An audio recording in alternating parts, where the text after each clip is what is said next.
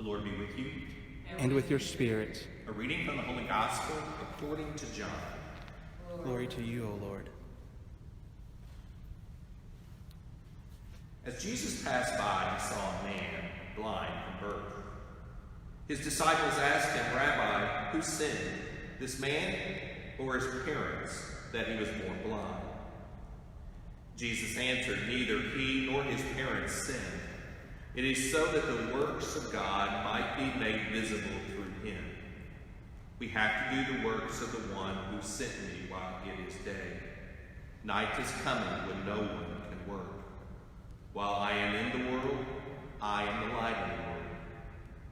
When he had said this, he spat on the ground, made clay with the saliva, and smeared the clay on his eyes, and said to him, "Go, wash in the pool of Siloam," which means sent. So he went and he washed, and he came back able to see. His neighbors and those who had seen him earlier as a beggar said, "Isn't this the one who used to sit and beg?" Some said, "It is," but others said, "No, he just looks like it." He said, "I am." So they said to him, "How are your eyes opened?" He replied, "The man called Jesus made clay and anointed my eyes and told me, 'Go to Siloam and wash.' So I went there, and I washed, and was able to see." And they said to him, "Where is he?" He said, "I don't know." They brought the one who was once blind to the Pharisees. Now Jesus had made clay and opened his eyes on the Sabbath. So then the Pharisees also asked him how he was able to see. He said to them, "He put clay on my eyes, and I washed, and now I see." So some of the Pharisees said, "This man is not from God, because he does not keep the Sabbath." But others said, "How can a sinful man do such signs?" And there was a division among them. So they said to the blind man again, "What do you have to say about him, since he opened your eyes?" He said, "He is a prophet." Now the Jews did not believe that he had been blind and gained his sight until they summoned the parents of the one who had gained his sight. They asked him, "Is this your son, who you say was born blind? How does he now see?" His parents answered and said, "We know that this is our son, and that he was born blind. We do not know how he sees now, nor do we know who opened his eyes. Ask him. He's of age. He can speak for himself."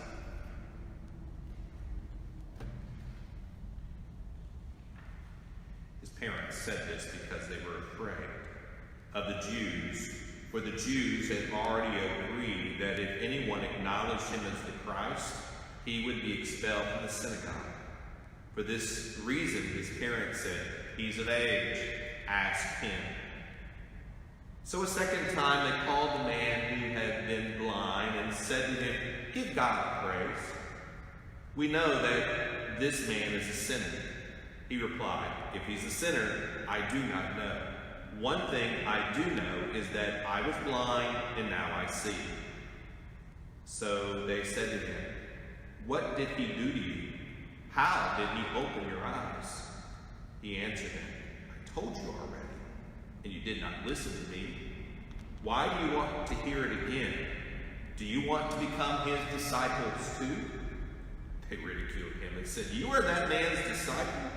We are disciples of Moses. We know that God spoke to Moses, but we do not know where this one is from." The man answered and said to them, "That is what's so amazing, that you do not know where he's from, yet he opened my eyes. We know that God does not listen to sinners, but if one is devout and does his will, he listens to him.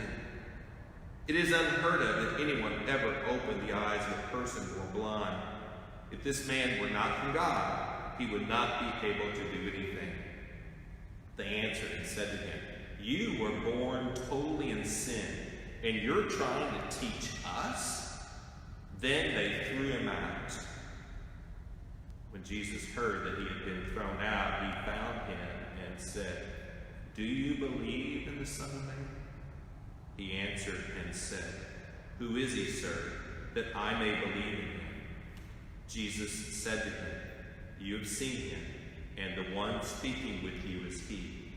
He said, I do believe, Lord, and he worshipped him. Then Jesus said, I came into this world for judgment, so that those who do not see might see, and those who do see might become blind.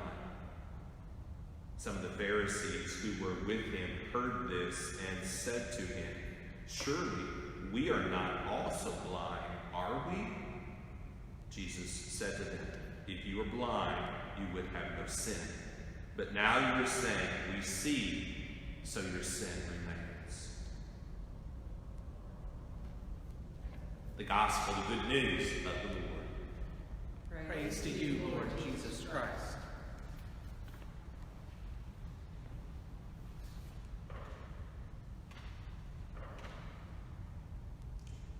Throughout this past week, I've listened, looked for, and sought out a clear voice.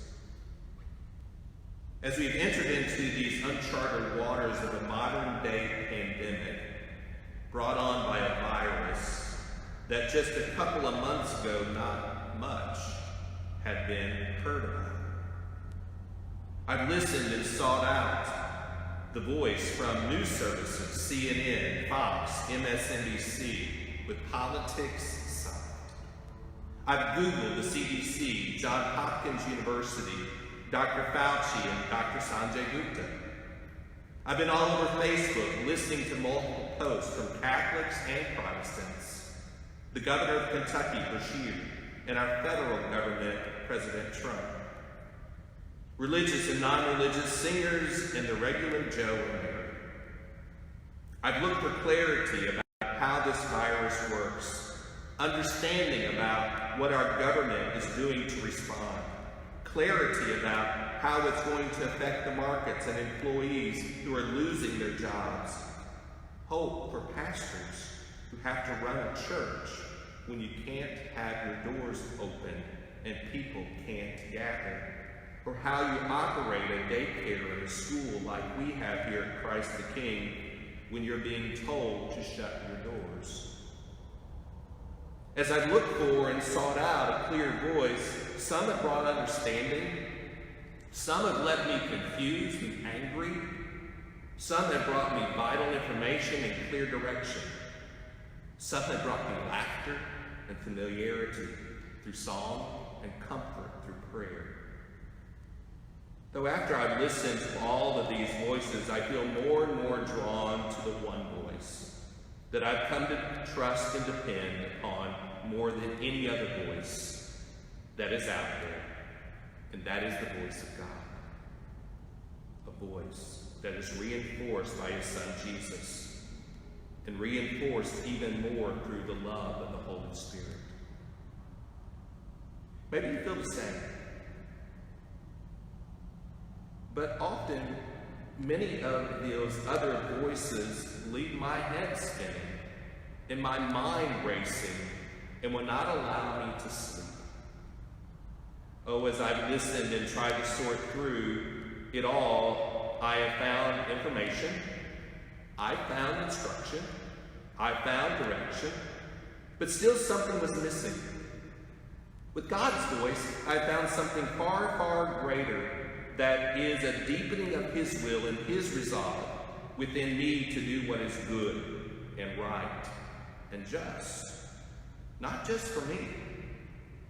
You see, it's not about my 401k or my vacation or my coming in off the beach or the number of rolls of toilet paper that I have or making sure that my cabinets are stocked up.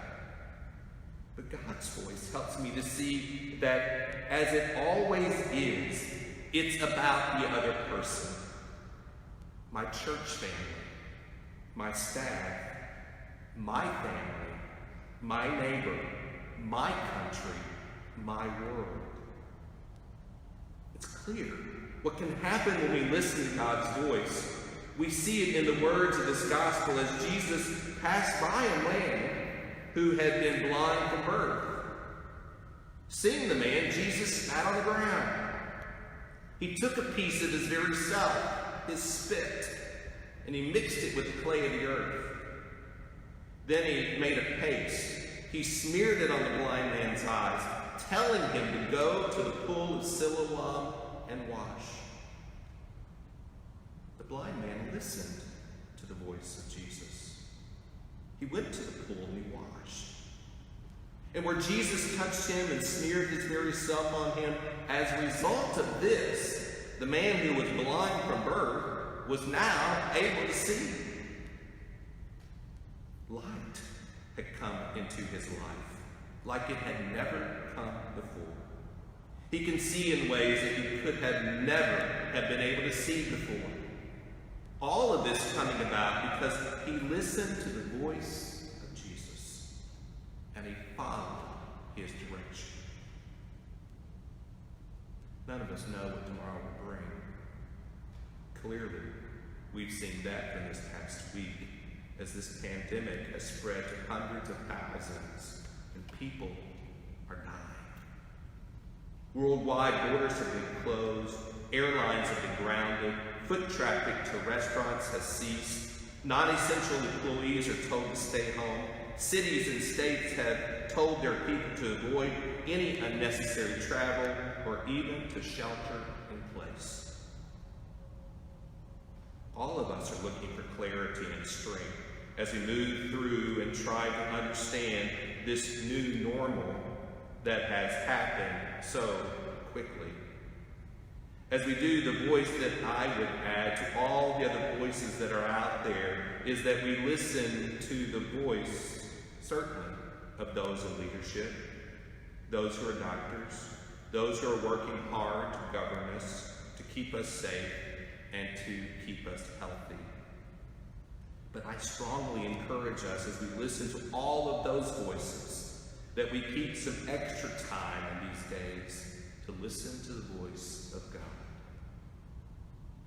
Take time as individuals, as a family, as a neighbor, friends, as co-workers, keeping your distance, but search out his voice. Take time in these days ahead to go to the sacred scriptures, read the Gospels, pray the Psalms. Take time to go to a trusted saint, St. Therese of Calcutta, who says, do small things with great love. Or St. Oscar Romero, who so willingly put himself out in the midst of the world as his own life was took. Or St. John of the Cross, who experienced the dark night of the soul. To name a few of those voices that I listen to. Take time to seek out the intercession of Mary, the mother of Jesus, who was a voice to her son in a time of hardship and a voice to the early church as they grieved and as they looked for hope. Take time to listen to an inspiring piece of music, to write in your journal, and to pray. Take time for a quiet walk, to read, to meditate, and listen for that still small voice and strength within each of us. We know that these voices are there. And we know where these voices will lead us. We know that they will take care of us and lead us closer and closer to the one voice of God and to his spiritual healing that can and will open our eyes to see in ways that we've never seen.